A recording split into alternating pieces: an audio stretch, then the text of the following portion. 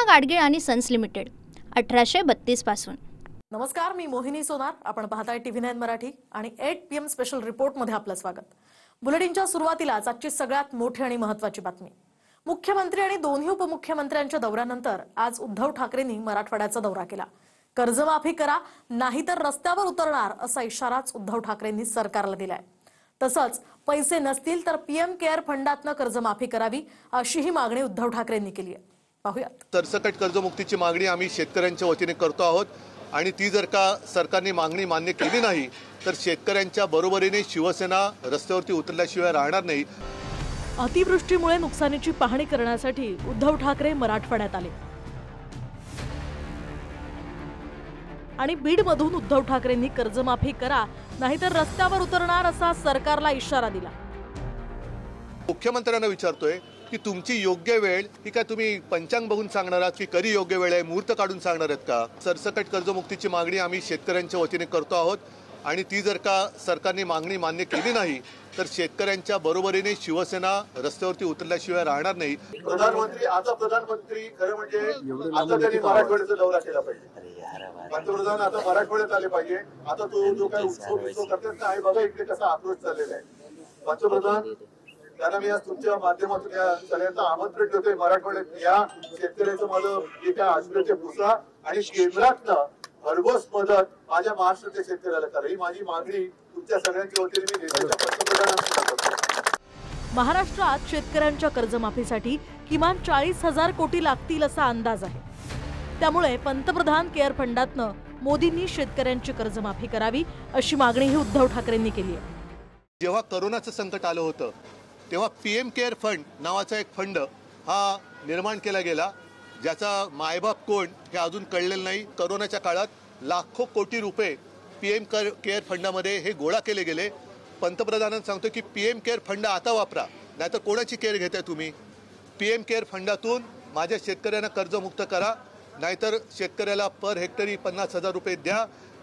या सगळ्या गोष्टी ज्या आहेत ह्या पंतप्रधानांनी एक विश्वगुरू म्हणून आपल्या शेतकऱ्यांची काळजी घ्यायला त्यांना काही हरकत नाहीये। उद्धव ठाकरेंनी लातूर, बीड, धाराशिव या जिल्ह्यात नुकसानग्रस्त शेतीची पाहणी केली आणि शेतकऱ्यांशी संवादही साधला। याच वेळी शेतकऱ्यांनी उद्धव ठाकरेंकडे कर्जमाफीची मागणी केली। 20 माणसाचं कुटुंब आहे आमचं। आम्हाला कुठे सरकारी नोकरी नाही, कुठला काही नाही आणि आम्ही ओपन मराठा असल्यामुळे आम्हाला कुठला आरक्षण मध्ये लाभ नाही।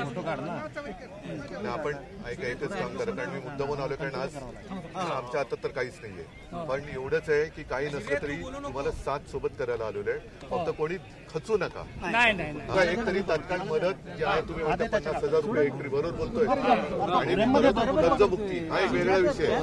नाहीतर काय करतील मदत देतील आणि तुमच्या कर्जाच्या ह्याच्यातनं काढून। धाराशिवच्या इतकूर या गावात अतिवृष्टीमुळे झालेल्या नुकसानीची माहिती देताना शेतकरी महिलेला अश्रू अनावर झाले। भयान परिस्थिती आहे।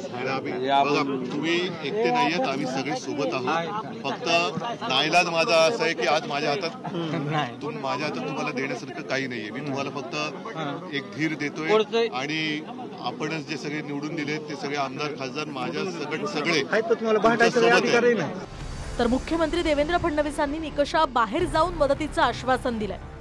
बळीराजा पुन्हा उभा राहील, अधिक सक्षम, अधिक मजबूत होऊन। आपली जवळची माणसं, पोटच्या लेकराप्रमाणे वाढवलेली पिकं, जनावरं जेव्हा डोळ्यांसमोर वाहून जातात तेव्हा त्यांच्या मनाला होणाऱ्या वेदनांची आम्हाला जाणीव आहे। म्हणूनच निकषात न अडकता जास्तीत जास्त मदत देण्याचा आमचा प्रयत्न आहे। नुकसानीची भरपाई करण्यासाठी शासनानं आधीच 2,200 कोटींची तातडीची मदत दिली आहे। पुढेही गरजेनुसार निधी उपलब्ध करून देऊ। मुंबई दौऱ्यावर आलेल्या केंद्रीय गृहमंत्री अमित शहांना मदतीसंदर्भात राज्य सरकारकडून पत्र देण्यात येणार आहे। त्यासोबतच पूरग्रस्तांना तातडीची 5,000 रुपयांची मदत आणि 35 किलो धान्य देण्यासही सुरुवात झाल्याची माहिती उपमुख्यमंत्री अजित पवारांनी दिली आहे। 5,000 रुपये द्यायला सुरुवात झालेली आहे तातडीची मदत आणि 35 किलो धान्य ह्या गोष्टी आम्ही सुरू केलेल्या आहेत। ज्यांच्या घरामध्ये मोठ्या प्रमाणावर पाणी त्या ठिकाणी गेलं अशा आणि जेवढं गतीनं पंचनामे करता येतील तसे करण्याचा आमचा सगळ्यांचा मानस आहे। आज आपल्या देशाचे गृहमंत्री अमित शहा साहेब हे मुंबईमध्ये येतात, त्याच्यामुळं अमित शहा साहेबांना आज ते संध्याकाळी एका कार्यक्रमाच्या निमित्तानं मुंबईमध्ये येत असताना आम्ही ते पत्र देतोय राज्य सरकारच्या वतीनं. इकडे पाहणी दौऱ्यावरून एकनाथ शिंदेंनी उद्धव ठाकरेंवर फक्त पाहणी नको मदतही करा असं म्हणत पर्यटन शब्द वापरून निशाणा साधला. देवेंद्रजी मुख्यमंत्री असताना ते देखील जे आमची टीम जी मदत करते आहे ते देखील सर्वांसमोर आहे. शेतकऱ्याला कधी वाऱ्यावर आम्ही सोडणार नाही. पूर परिस्थितीची पाहणी करणं, त्यांना मदत करणं, सगळ्यांनी सरळ हस्ते मदत केली पाहिजे. फक्त त्याचं पर्यटन करू नये एवढीच माझी इच्छा आहे. ती एक बेनामी कंपनी आहे त्यांचा पक्ष, म्हणजे त्यांच्या बोलण्याला मी काय अर्थ हे देत नाही. जे स्वतःची जाहिरातबाजीमध्ये मशगूल आहेत अशा लोकांना मी किंमत देत नाही. शेतकऱ्यांचे डोळे सरकारच्या मदतीकडे लागलेत. सरकारनंही निकष बदलून मदतीचं आश्वासन दिलंय, पण ही मदत फक्त लवकरात लवकर मिळावी एवढी अपेक्षा. लातूरहून प्रदीप कापसेसह निखिल चव्हाण, TV9 मराठी, धाराशिव.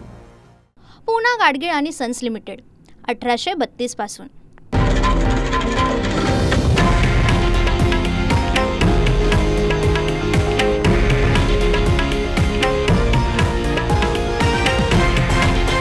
हे आहे देशातील नंबर 1 न्यूज नेटवर्क आणि आपण पाहत आहात TV9 मराठी, एकमेव.